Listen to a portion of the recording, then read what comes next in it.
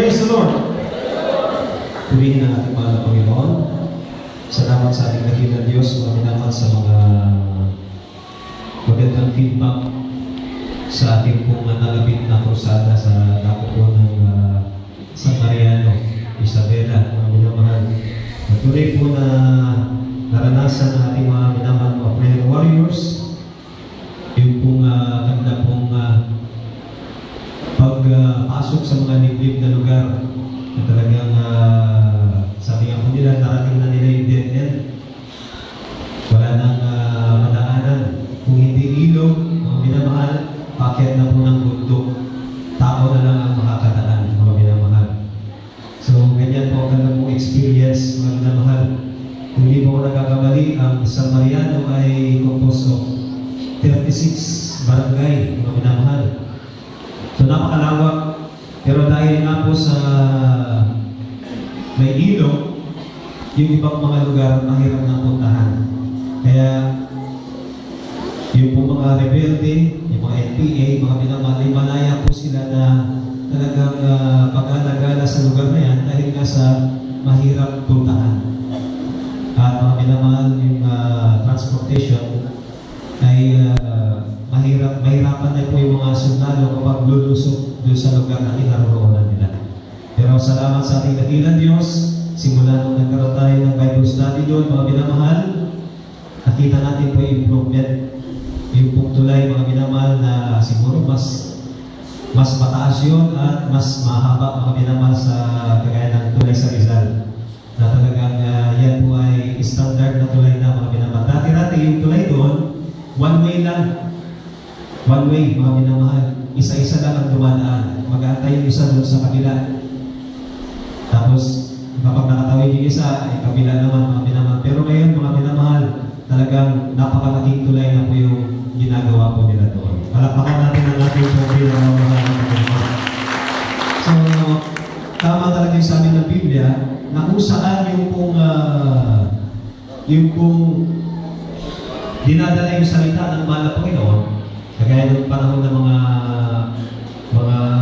propeta, kung saan nila dinadala yung kaban ng tipan, doon ang pagpapala ng ating mahal na Panginoon.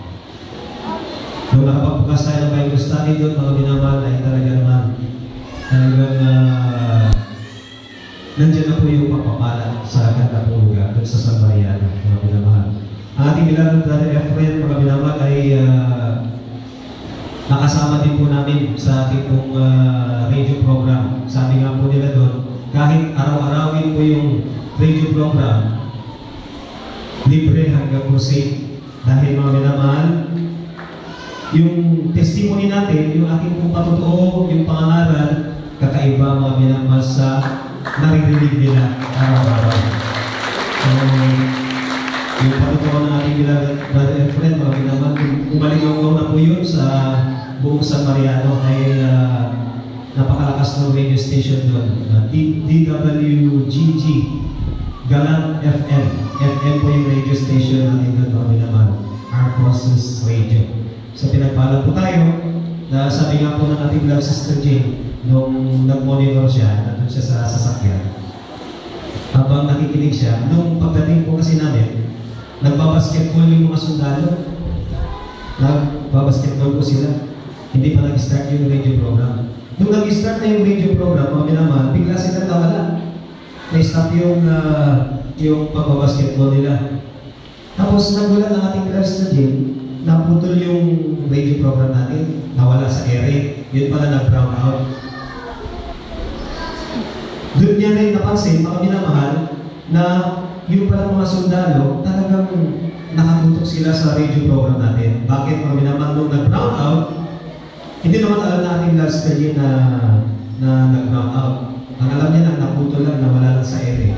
Yung mga sundalo nagsilabasan, nandun sila sa labas, pag naman doon sa court ulit. Tapos nung nagkakinaw ulit, mga minamahal, preaching time na, yun, balik na naman sila, mga minamahal, sa quarter po nila. So talagang minonitor nila ang gawain ng mahal na Panginoon. Talagang tinignan po nila talaga kung gaano katotoo yung ating po pangangaral ng salita ng ating dakilang Diyos. Kung NPA, sinundan ng ating Brother Victor Vituro noong pangalawang araw. Kasama na rin ating Brother Eflet Kapal sa kanyang pagtutoo, paano siya pinagaling ng ating dakilang Diyos. Kaya sabi nila, kahit araw-araw kayo mag-radio program, hanggang crusade, libre. Sabi po nila mga minamatay, nakita nila ang kapangyarihan ng ating dakilang Diyos. Yan ang sabi, praise the Lord. Palapakan po natin ang malakas sa ating pinakamamahal na Panginoon. So, ganyan kabuti ang ating pong pinakamamahal na Panginoon mga minamahal. Napakinggan din po natin ang pagtuturo ng ating mga kapatid kanina, na kung saan sabi niya, nandiyan po na siya ay nag-pledge para sa krusada, para sa San Mariano, mga minamahal. Yun pong ibinigay niya na halaga.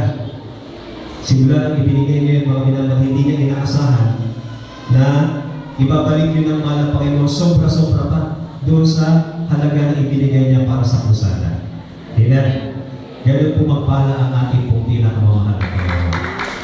Kapag kauspuso yung ating pong pagbibigay para sa krusada ng mahal na Panginoon, dahil yan ang pagliligtas ng maraming kaluluwa, mga minamahal, hindi natin mamamalayan, ibabalik sa atin ang ating dakilang Diyos ng makalibong beses. Hindi natin inaasahan, dodoblihin, titriplihin niya ng ating mahal na Panginoon. Sabi nga niya, kahit walang maiwan sa akin, kahit basta mahalaga sa akin, makakain lang ako 3 times a day. Sabi niya, okay na, basta makapagbigay siya sa ating mahal na Panginoon.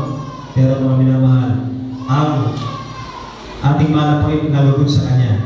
Hindi lamang mga minamahal, katumbas na ibinigay niya yung kung kapalit na pagpapala, kundi abundant blessing na nagmumula sa ating mahal na Panginoon. Palapakan natin ang ating pong nagbilayos.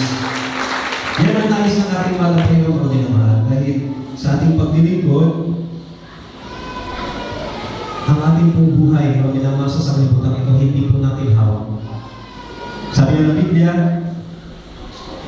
wala tayong kapangyarihan para madugtungan yung ating pong buhay. Wala tayong kakayahan para iligtas natin ang ating sarili. Sabi ng Biblia. Sabi dito sa Matthew chapter 16 verse 26 up to 7, sabi po dito, for what is a man profited if he shall gain the whole world and lose his own soul? Or what a man shall give in exchange for his soul? Ano ang, sabi dito mga minamahal, ano ang kaya ng tao na ipambayad para sa kanyang kaluluwa, para yan ay maligtas mga minamahal? Wala tayong magagawa, kundi ang ating dakilang Diyos na. So sabi ng Biblia, yung palang kayamanan, yung pong karangyaan, mga minamahal, wala palang kabuluhan yan. Sabi dito mga minamahal, what profit a man if he shall gain the whole world and lose his own soul? Kung yan palang makapagpapahamak sa atin, yan ang magdadala sa atin sa kapahamakan, sa impyerno, wala palang kwenta yung pong kayamanan. Kundi gagamitin natin yan para sa gawain ng ating pinakamamahal na Panginoon. Pagliligtas ng maraming kaluluwa. Yan ang layunin ng ating pong dakilang Diyos. At sabi pa dito sa 27, mga minamahal, for the Son of Man shall come in the glory of His Father with His angels, and then He shall reward every man according to his works. Ang ating mahal na Panginoon pala, mga minamahal, siya ang magre-reward sa atin. Siya, mga minamahal, ang magbibigay ganti sa atin sa lahat ng ating pong ginawa dito sa sanglibutan. So kapag nakita ng ating dakilang Diyos na yung pong ginawa natin sa sanglibutan ay para tayo sumikat, para tayo mga minamahal ay makilala, yumaman, mga minamahal, hindi po yun ang layunin ng ating dakilang Diyos. Hindi malulugod sa atin ang mahal na Panginoon. Sabi ng Biblia, mga minamahal, ang priority ng ating dakilang Diyos, yung pagliligtas ng maraming kaluluwa. So kapag natumpok natin yung priority ng mahal na Panginoon, natumbok natin kung anong gusto ng ating Ama sa langit, at yun din ang ating ginagawa, sigurado mga minamahal, susunod sa atin ang pagpapala dahil alam ng Diyos mga minamahal na ang ating pag-ibig, ang ating puso mga minamahal ay para sa gawain ng ating pong pinakamamahal na Panginoon. Amen. Basahin natin Matthew chapter 16 verse 26 up to 27 mga minamahal. Sa aklat ng Mateo, mga versikulo 16, versikulo 20 hanggang 27, sapagkat ano ang pakikinabangan ng tao kung makampanya ang buong sanlibutan at mawawalan siya ng kanyang buhay? O ano ang ibibigay ng tao na katumbas kanyang buhay? Sapagkat ang anak ng tao ay pariritong nasa kaluwalhatian ng kanyang ama na kasama ang kanyang anghel. At kung magkagayoy, bibigyan ang bawat tao ayon sa kanyang mga gawa. Amen. Amen. Palakpakan natin ang ating pulagi ng Diyos. Sabi ng 27, sapagkat ang anak ng tao ay pariritong nasa kalulatian ng kanyang ama, nakasama ang kanyang mga anghel. At kung magkagayoy, bibigyan ang bawat tao ayon sa kanyang mga gawa. Ayon sa ating mga gawa, doon tayo gagantihan ng pagpapala ng ating mahal na Panginoon. So, ang ating gawa ay para sa ating sarili lang. Ang ating gawa, mga minamahal, ay puro mga sanlibutan. Mga minamahal, aanihin po natin yan. Aanihin po natin ang galit ng ating pong naging na Diyos. Aanihin natin, mga minamahal, ang parusa ng ating pinakamamahal na Panginoon.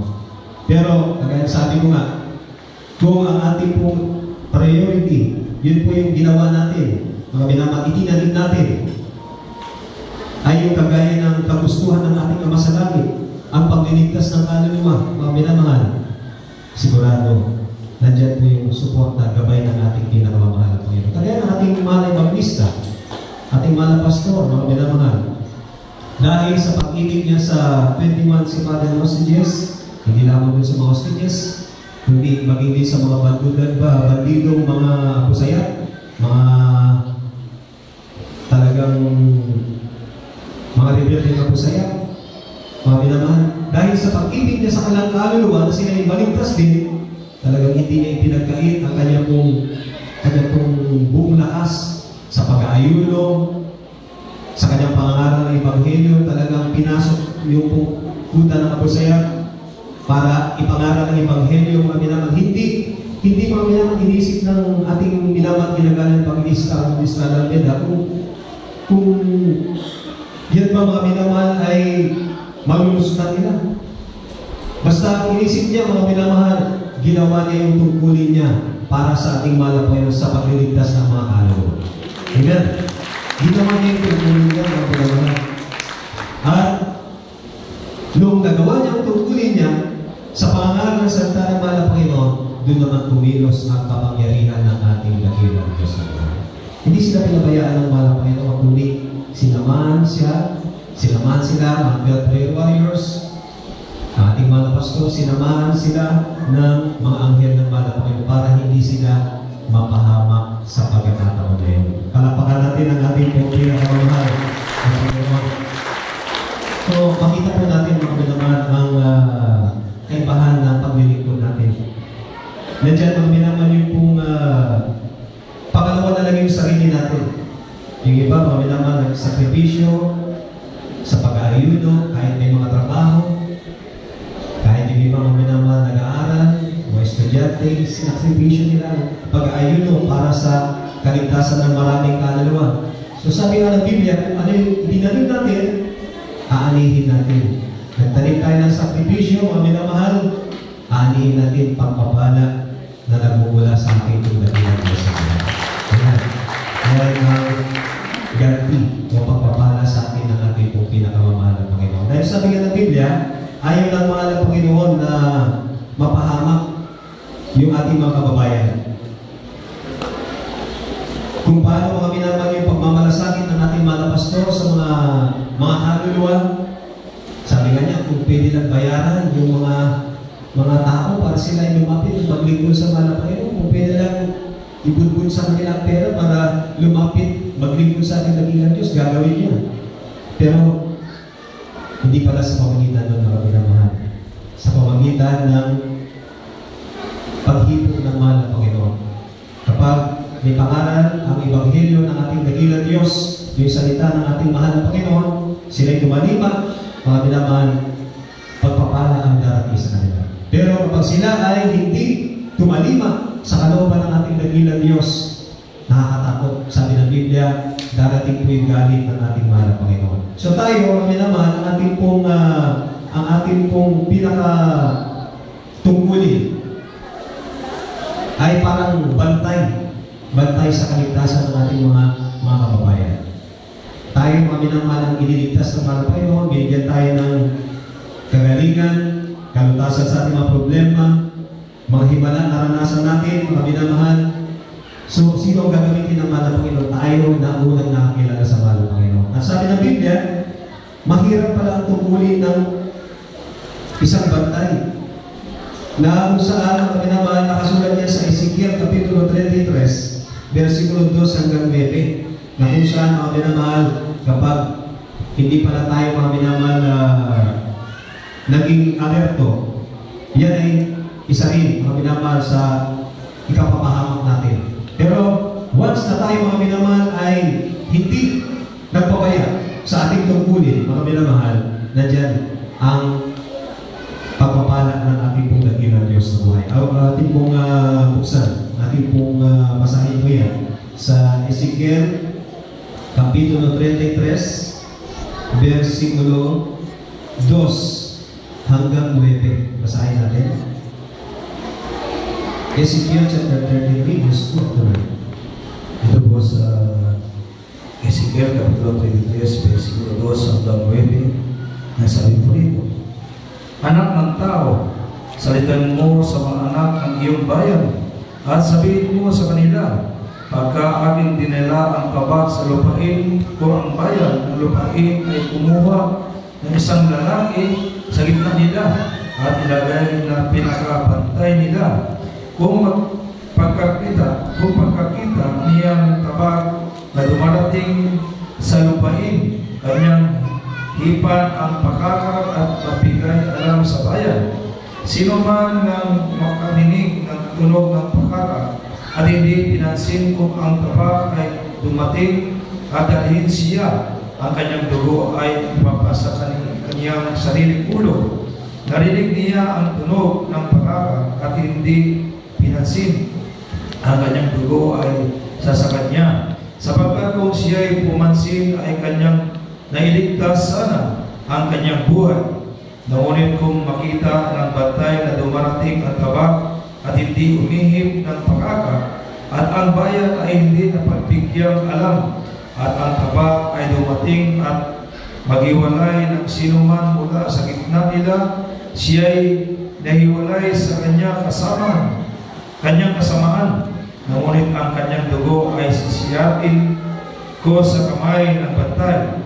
Sa gayon ikaw, anak ng tao, ay inilagay ko na bantay sa sambahayan ni Israel, kaya tingin mo ang salita sa aking bibig at magbigay alam ka sa kanila na saganang akin. Pagka aking sinabi sa kasama, o masamang tao, ikaw ay walang pagsalang mamamatay, at ikaw ay hindi nagsasalita upang magbigay alam sa masama ng kanyang lakad. Ang masamang yaon ay mamamatay sa kanyang kasamaan, ngunit ang kanyang dugo ay sisiyasatin ko sa iyong kamay.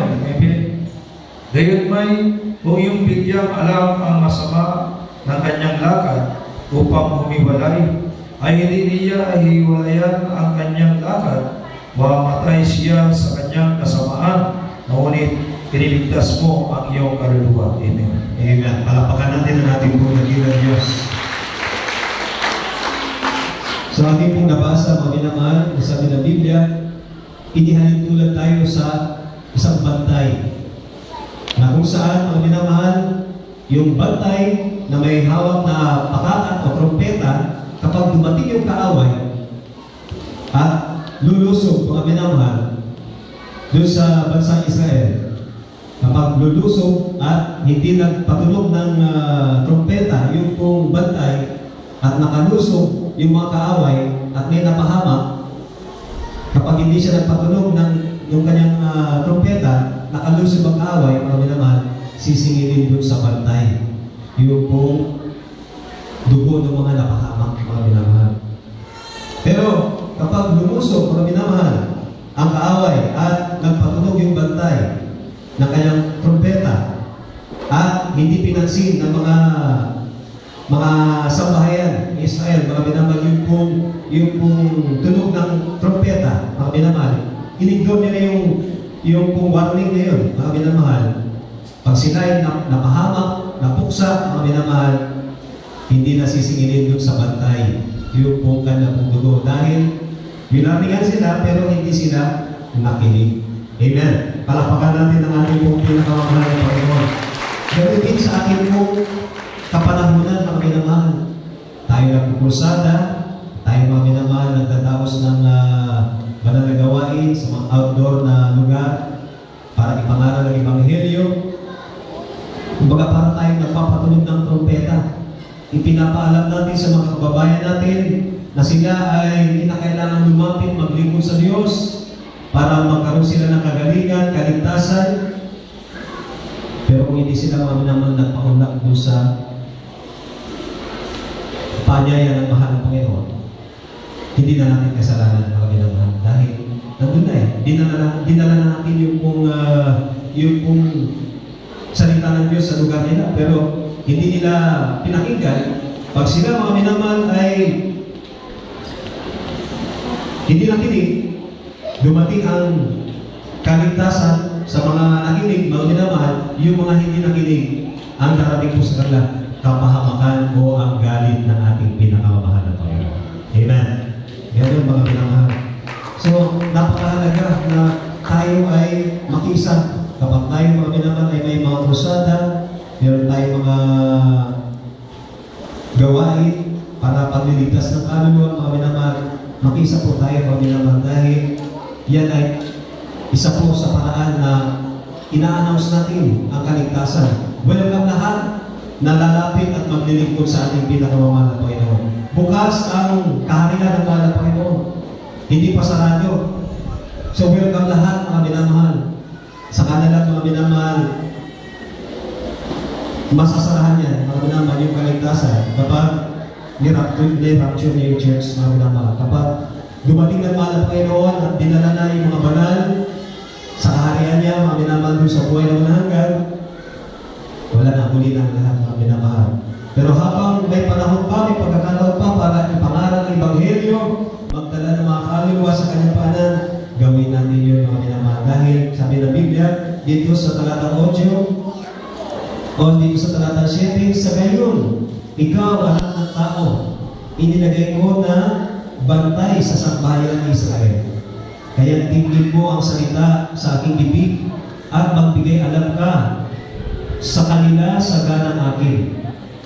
Pag aking sinabi sa masama o masamang tao, ikaw ay walang pagsalang mamamatay at ikaw ay hindi nagsasalita upang magbigay alam sa masama na kanyang lakad, ang masamang yaon ay mamamatay sa kanyang kasamaan. Ngunit ang kanyang dugo ay sisiyasatin ko sa iyong kamay. Sisiyasatin ang kanyang dugo doon sa bantay, mga minamahal, kapag hindi nagbigay alam. Sa versikulo 9, gayunmay kung iyong bigyan alam ang masama ng kanyang lakad upang humiwalay at hindi niya hiniwalayan ang kanyang lakad, mamamatay siya sa kanyang kasamaan, ngunit iniligtas mo ang iyong kaluluwa. Hindi mo na pananagutan yun dahil binarningan mo na siya. Ganun din mga ginawa sa ating mga sa buhay. Patuloy pa rin sa paggawa ng kasamaan. Patuloy pa rin sa kalayawan sa sanlibutan. Pinapaalalahanan natin. Sinisira natin, mga minamahal. Kung ayaw nila makinig, mga minamahal, nasa kanila, mga minamahal. Mahala ng mahal na hihipo. Kung sila ay mahipo at maglingkod sa mahal na Panginoon, maliligtas sila, mga minamahal. Pagpapala para sa kanila yun. Hindi na sisingilin sa iyo dahil na-share mo na. Na-share mo na ang salita ng mahal na Panginoon. Kung sila'y tatalima, pagpapala sa kanila. Pero kung hindi sila tataniman, darating ang galit ng Diyos, ang kaparusahan, mga minamahal, hindi nasisingilin sa iyo yun kapag naibahagi mo na sa kanila ang kaligtasan na nagmumula sa ating mahal na Panginoon. Palapakan natin ang ating pong dakilang Diyos. Lahat masabi, praise the Lord. So yan po mga minamahal ang ating pong tungkulin. Minsan napakahirap. Isipin natin, minsan napakahirap. Mga minamahal tayo, parang tayo mga minamahal ay malalagay din sa parang meron tayong mabigat din na pasanin na dala-dala dahil alam natin ang buong katotohanan. Pero yan ang kinakailangan talaga nating taglayin. Yun ang ating obligasyon, mga minamahal, pagliligtas ng Panginoon. Dahil mismo ang mahal ng Panginoon, yun po ang pinaka-number 1 na iniutos niya, mga minamahal. Ayon po sa 1 Timoteo, Kapitulo 2, versikulo 4, na sabi ng Biblia, 1 Timothy chapter 2, verse 4, sabi po dito, who will have all men to be saved and to come unto the knowledge of truth. Basahin natin sa Tagalog. Sa 1 Timoteo 2, versikulo 4, na siyang may ibig na ang lahat ng mga tao ay mga ligtas at makakaalam ng katotohanan. Amen. Yun ang nais ng mahal ng Panginoon. Yun ang gusto ng ating mahal ng Panginoon. Ayaw niya na mapahamak ang tao. Ayaw niya mga minamahal na ang tao ay maglangoy-langoy sa impyerno. Sila ay pupuksain kasama ang diablo. Dahil yung impyerno, hindi yan inilaan ng Diyos para sa mga mababait o sa mga matuwid. Kundi yan ay inilaan niya sa diablo dahil nagrebelde ang diablo. Si Satanas, mga minamahal, ay nagrebelde sa Diyos. Talagang ginagawa niya ang paraan para puksain o dayain yung mga tao at meron siya mahatak. Kakampi niya mga minamahal na magrebelde sa Diyos. Hindi maglingkod sa ating mahal na Panginoon. Yun ang gawa ng diablo. So, ayaw naman ng Panginoon na mapunta doon yung kanyang mga anak, yung kanyang mga pinili. Ayaw niya mga minamahal na maparusahan tayo, maghirap tayo. Kaya yun ang purpose ng mahal ng Panginoon. Kaya siya nagkatawang tao, kaya siya mga minamahal nagbuwis ng buhay para tayo matubos at lahat ng sasampalataya at maglilingkod sa mahal ng Panginoon, makamtan ng kaligtasan. Pero yun, mga minamahal, tinakpan ng diablo yun eh. Kumbaga, tinitwist niya yung mga kaisipan ng mga tao. Binulag na yung Diyos ng sanlibutan ng mga kababayan natin para hindi maglingkod sa Diyos. At sila'y mapahamak. Pero mga minamahal, mapalad po tayo kapag nakilala natin ang ating mahal na Panginoon, pinaghimalan tayo ng ating dakilang Diyos, pinagaling tayo, binago niya tayo, mga minamahal, dahil mismo gagamitin niya tayo upang ipakalat ang kanyang ebanghelyo. Para yung mga kababayan natin maligtas. Makilala din nila ang may totoong Diyos, mga minamahal. Dahil sa ating kapanahunan, kukunti na mga minamahal, bilang na yung pong nagsasabi ng buong katotohanan.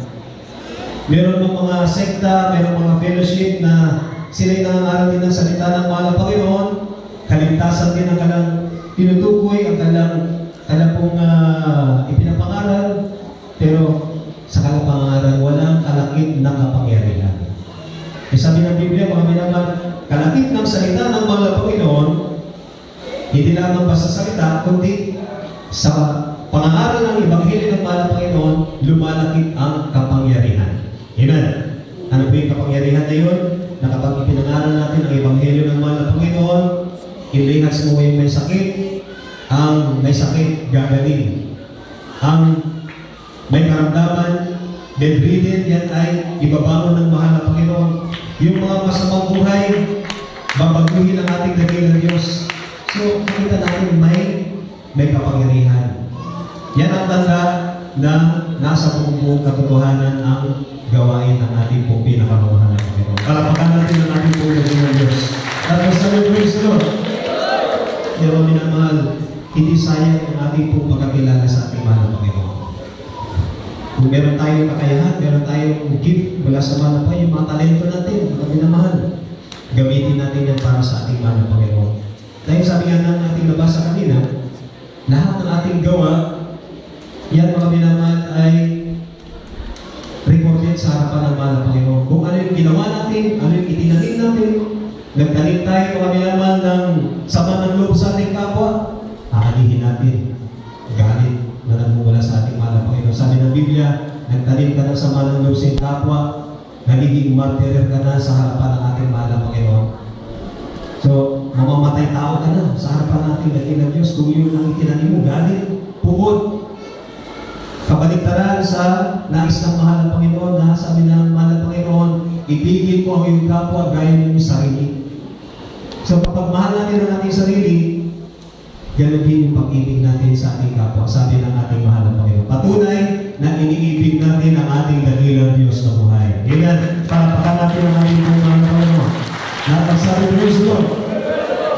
Sa mga minamahal, lahat ng ating ginagawa, mga minamahal, para sa gawain ng mahal na Panginoon. Recorded lahat yan, mga minamahal. At sabi ng Biblia, tayo ay mas napakatalino. Pantas tayo sa harapan ng mahal na Panginoon.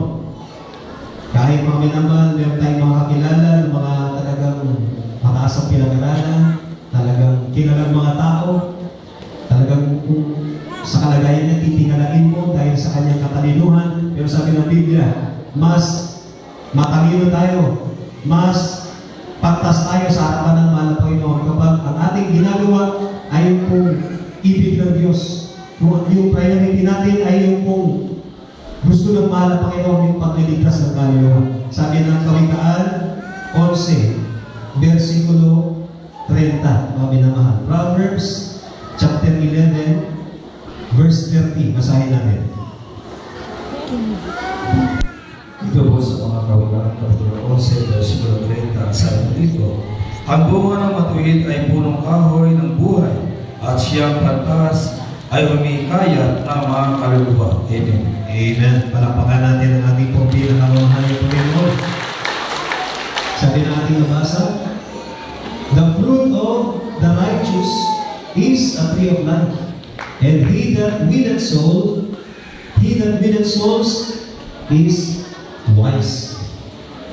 Ito sa Tagalog, ang bunga ng matuwid ay punong kahoy ng buhay, at siyang pantas ay humihikayat ng mga kaluluwa.